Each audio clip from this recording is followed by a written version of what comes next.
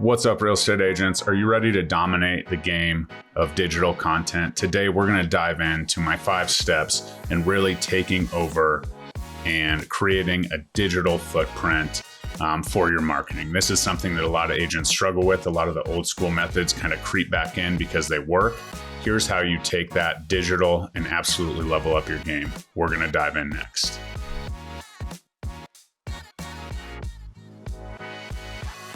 What's up, guys? Jeremy Kane, Real Estate Agent Playbook. Do me a favor, don't miss out on any of the winning strategies we share week after week, 2 times a week on this YouTube channel, as well as on the podcast if you're listening on auto.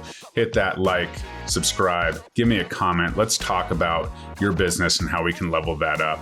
If you're listening on the podcast, please share it with your favorite real estate agent as we're working really hard to grow that community. And if you feel so inclined, leave me a 5-star review. I would absolutely love you for that. So let's kind of get in to building a digital footprint the right way. A lot of agents go about this and kind of get discouraged and go about it the wrong way. So we're going to really dive in to some things that I've seen that are working for people in the Wolfpack as well as myself. So as we move forward, and I've mentioned looking back at the old school ways, the door knocking, the 4x4s, all of those, we must embrace the championship mindset of making this really part of our lives and our business, and we must go all in. And as you know, as an athlete, you have to train to reach the pinnacle.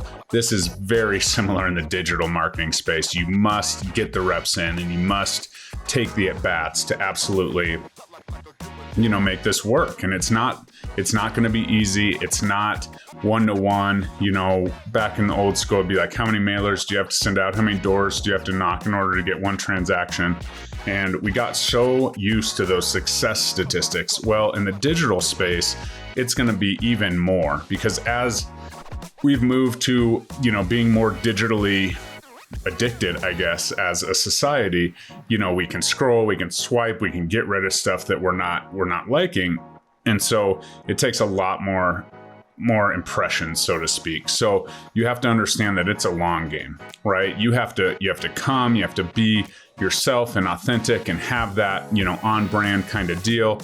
If it's, luxury property one day and, apartment the next, you're going to confuse your audience, and it's going to take more time for them to convert into, true fans. Anyone can click that follow button or the subscribe button, but in order for it to be a part of something that they're looking forward to, you must be on brand. You must have a niche that they catch on to and go from there. So make sure that you're consistent. You can't get consistent in your content without being consistent posting your content. So that's kind of the first step and the first reps that you need to get as you build into a championship digital marketer. A lot of times in the digital space, we just throw content out there. So make sure that you're strategizing. Where are you going to send people? What's your next step? Kind of build that funnel. And funnel is kind of a buzz term that people use. But what's the next step in their journey? When they start to engage in your content, how are you taking it offline, right? Removing it from the digital space and building a relationship, right? And a lot of people are into the AI and the bots and all of that. The truth is, the quicker that you can build a person-to-person, real human to real human connection, the quicker you will turn that person either into a client or into at least a raving fan, both of which will produce success coming from your digital footprint.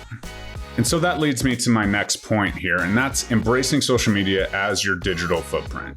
Nowadays, people meet people. Yeah, absolutely. Word of mouth referrals absolutely help.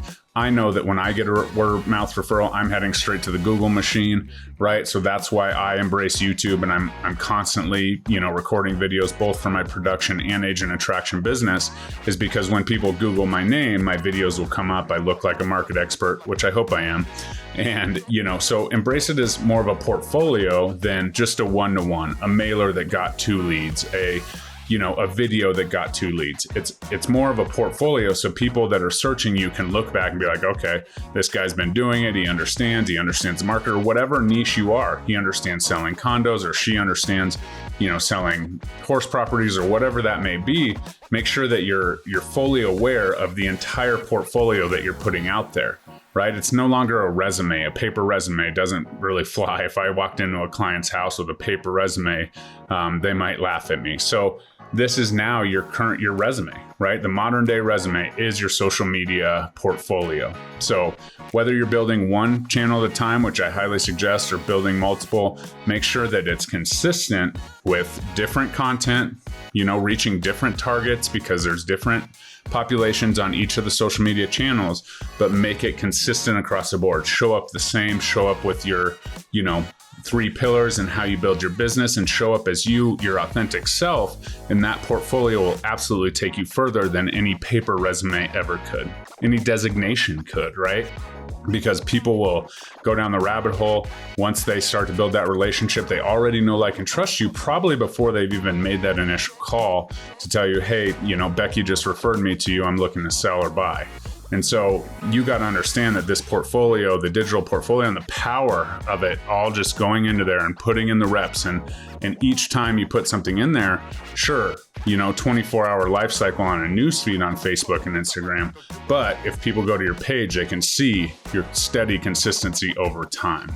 So make sure that you're looking at your content and it's visually attractive and you're putting out information, sure, educational, fun, but also one of the key things that real estate agents forget on their socials is, be a person. Bring the humanistic side to it. If you're going out to a brewery, if you're going out to a movie, post on those things so that people can see that you're actually a human. You're just not a robot of real estate transactions. The next is everyone's favorite. You got to master the ability to create content. There's so many options out there. You can go the easy route. If you want to be successful, you must create your own personality and put your own personality into your content. And so as we move through, this progression of content creation, this is a hard part, but ultimately it should be the things that you're seeing every single day, right? The questions that are being asked, the experiences that you're having, clients ask questions. Maybe you're going down, a road that you've only sold 1 or 2 types of property. Maybe it's land or something like that. Document the journey and make sure that you're capitalizing on those content creation moments. I know that I have my phone with me when I am listening to a podcast or get a content idea.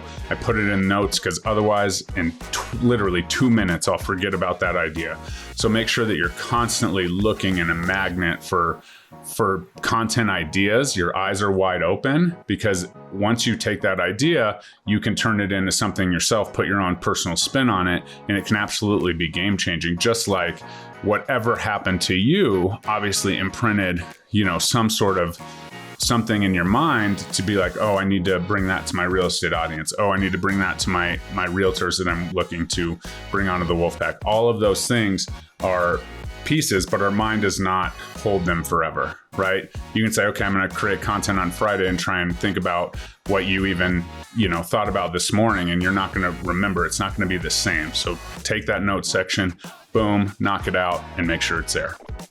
And then you must create the content. This is definitely the hardest part. Pressing record, pressing post, whatever that may be. Create the content. Understand that you're not going to be great at it, because what's coming next is actually checking out where you can get better and where you can improve and all of that. So you are going to have to watch it, but I would post it first.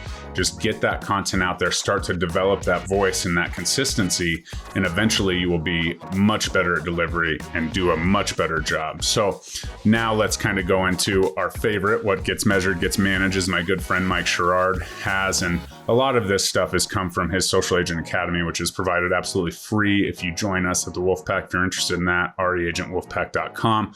But let's talk about what gets measured, gets managed. Okay. Mike does a great job. He's, got 80,000, 90,000, subscribers, whatever it is at this point. And he will still watch personally every single one of his videos. Watch your video back and be your own worst critic. Where did you lose attention? What can you deliver better? That hook really worked. This one didn't. So you have to look at it and see and be a personal critic. But then obviously look at the analytics. Where are people falling off? After you've done that for your own video and you've made those changes, where are people falling off? Okay, I at 147, I said something that, was a mistake, or I had my third or whatever it is, that's where people are falling off. So that's where you need to improve. That's where you need to improve on your delivery. And then obviously, what's that target audience? Who is actually watching this? Is it my target avatar? If that's the case, then great, keep delivering it, keep going. But if I have, a bunch of grandparents watching my videos and my target audience is young professionals, then I need to change, that. And my grandparents are probably just watching over and over again to support me. So we have to understand the analytics, look at them, and they're ugly at first, right? The vanity metrics will get you every time. Oh, I posted that video, I got 7 views. That's not going to fly.